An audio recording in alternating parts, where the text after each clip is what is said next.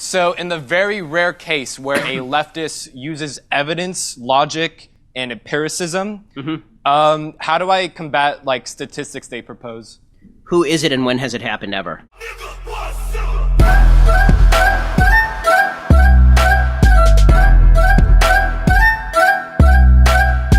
You make a lot of good points about the censoriousness of the left and the outrageous things that's happening that are happening on US campuses now, where they are just shutting down debate and banning people and calling anyone they disagree with a fascist.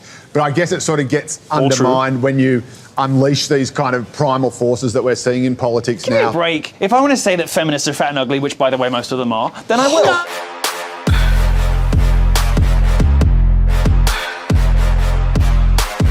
I was going to say that I feel like it's incredibly patronizing for you to paint these questions this way, especially as a white man. I don't expect you to be able to understand what people of color are actually saying. So, being a white man doesn't prevent me from being able to think, and doesn't prevent me from being able to have reasoned perspectives on things. I didn't give up my right to be able to have an intellectual conversation when I was born. I know, but well, white men definitely feel like they're entitled to talk over me. They definitely feel like they're entitled to kind of minimalize my experiences, and they definitely feel like they are somehow exempt and so logical compared to women who are painted as emotional, right? No one's minimalizing your experiences. No one's minimalizing your right to have an opinion. It's just a stupid opinion.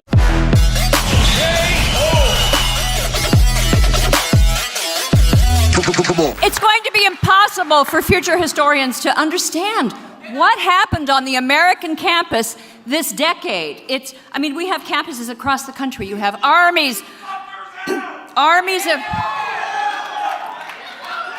Let's use our quiet voices, please. Calm down.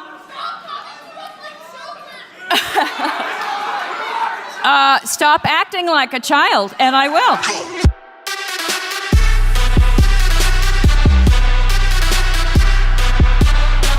Peter, I just want to get one final thought from you. Are there words that are used to describe men that offend you?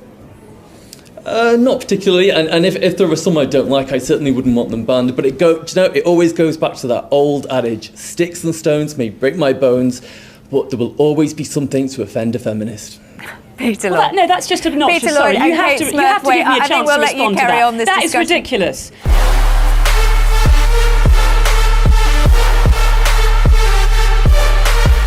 Jordan, let me read this tweet to you and I'll get you to respond to it because I think it's instructive of the conversation that just took place between the two of you.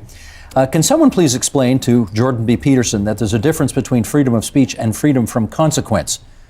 Do you agree there's a difference? Well, certainly there's a difference. And are you prepared to suffer the consequences that society may deem you need to suffer because of your views? Yes, I'm prepared to do that. What does that entail? Are you open to learning? Well, hang on. That's not the question. Hang on, that wasn't the question. That's true. Right. Well, so what am I willing to do? Well, I think that the Ontario Human Rights Tribunal is probably obligated by their own tangled web to bring me in front of it. If they find me, I won't pay it. If they put me in jail, I'll go on a hunger strike. I'm not doing this. And that's that. I'm not using the words that other people require me to use, especially if they're made up by radical left-wing ideologues. Game over.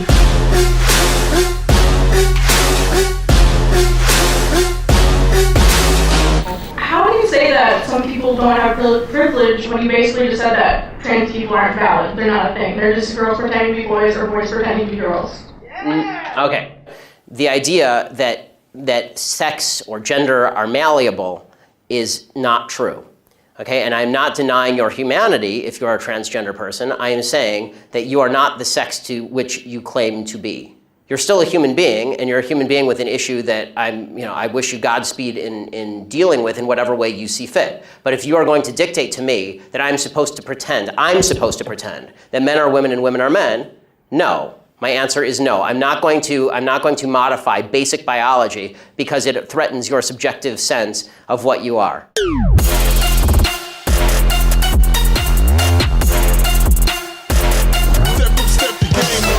Since you attacked CNN, can I ask you a question? John Roberts, go ahead, John. No. John Roberts, go ahead. CNN's fake news. I don't take questions. I don't take questions from CNN. CNN is fake news. I don't take questions from CNN. John Roberts of Fox. Let's go to a real network.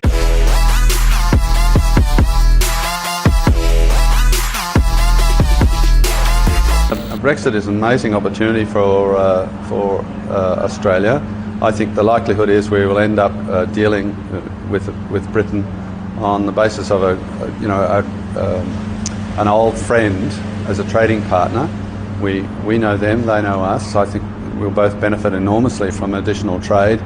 I also think it has the potential to benefit Europe, because Europe will look at what Britain is doing and become envious and say, well, look, if Britain can do all that, trade with Australia and other countries with which Britain negotiates free trade agreements, why can't we do that too?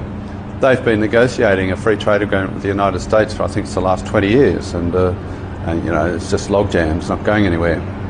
I think all of a sudden they will realise what a bunch of dicks they've been.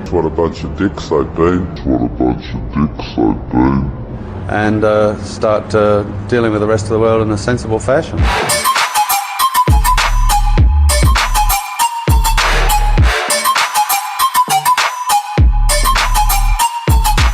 I would say that anybody with more than a cursory knowledge of 20th century history who dares to claim simultaneously that they have compassion for the downtrodden and that they're Marxists are revealing either an ignorance of history that's so astounding that it's actually a form of miracle, or a kind of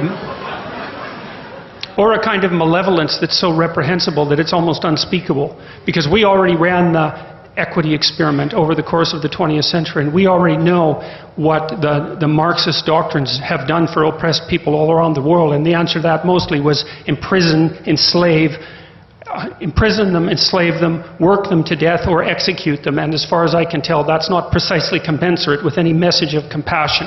Sorry, tried that, didn't work. We got 100 million corpses to prove it, and that's plenty for me. And if it's not enough for you, well then you should do some serious thinking, either about your historical knowledge or about your moral character.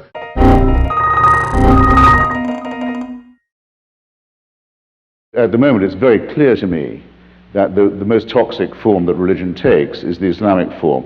The horrible idea of wanting to end up with Sharia, with a religion-governed state, a state of religious law, and that the best means of getting there is jihad, holy war, and that Muslims have a special right to feel aggrieved enough to demand this, I think is absolute obscene wickedness, and I think their religion is nonsense.